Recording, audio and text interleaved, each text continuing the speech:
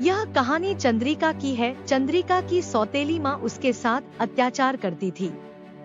बहुत समय पहले एक सुंदर और समृद्ध राज्य था जिसका राजा धर्मवीर न्यायप्रिय और दयालु शासक था। उनकी पत्नी रानी वसुधा न केवल राज्य की रानी थी बल्कि प्रजा के लिए एक माँ समान थी। रानी वसुधा ने अपनी एकमात्र बेटी चंद्रिका को ममता और संस्कारों से पोषित किया। चंद्रिका सुंदर, बुद्धिमान और साहसी थी, लेकिन नियति को कुछ और ही मंजूर था। चंद्रिका के सुखमय जीवन को उस समय गहरा आघात पहुंचा जब रानी वसुधा एक गंभीर बीमारी के कारण चल बसी। छोटी चंद्रिका के लिए यह सबसे बड़ा दुख था। राजा धर्मवीर ने भी अपनी पत्नी को खोने के बाद खुद को काम में डुबो लिया। इस तरह महल में चंद्रिका अकेली पड़ गई। समय बीतता गया और मंत्रियों ने राजा को दूसरी शादी के लिए राजी किया ताकि राज्य को एक नई रानी और चंद्रिका को एक मां मिल सके। कुछ महीनों बाद राजा ने रानी सुरभि से विवाह किया। सुरभि सुंदर थी और पहली नजर में दयालु लगती थी।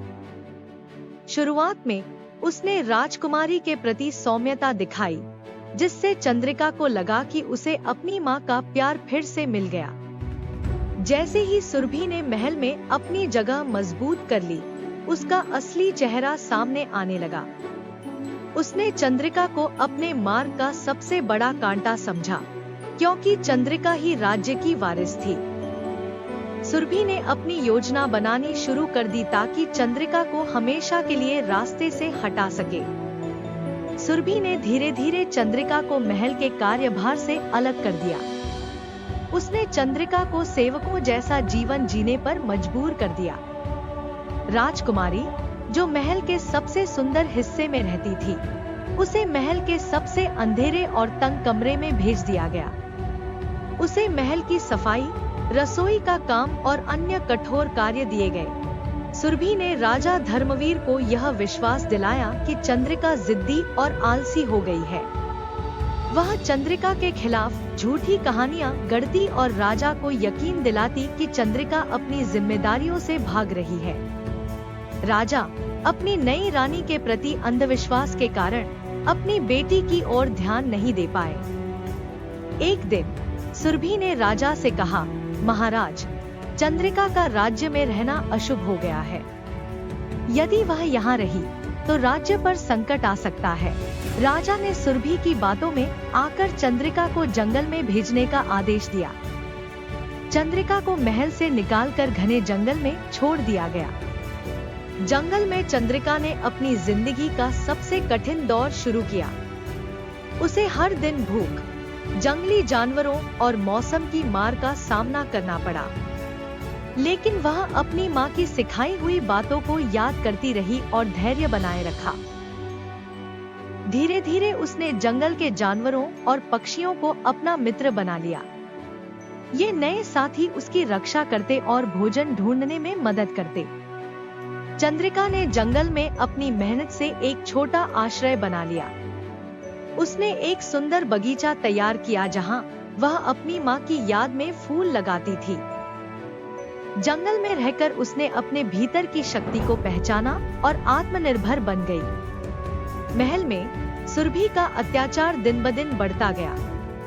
उसने प्रजा पर भारी कर लगाए और राजा को धीरे धीरे कमजोर कर दिया। प्रजा सुरभि से परेशान होकर विद्रोह करने लगी, लेकिन राजा, जो बीमार और कमजोर हो चुके थे, कुछ भी करने में असमर्थ थे।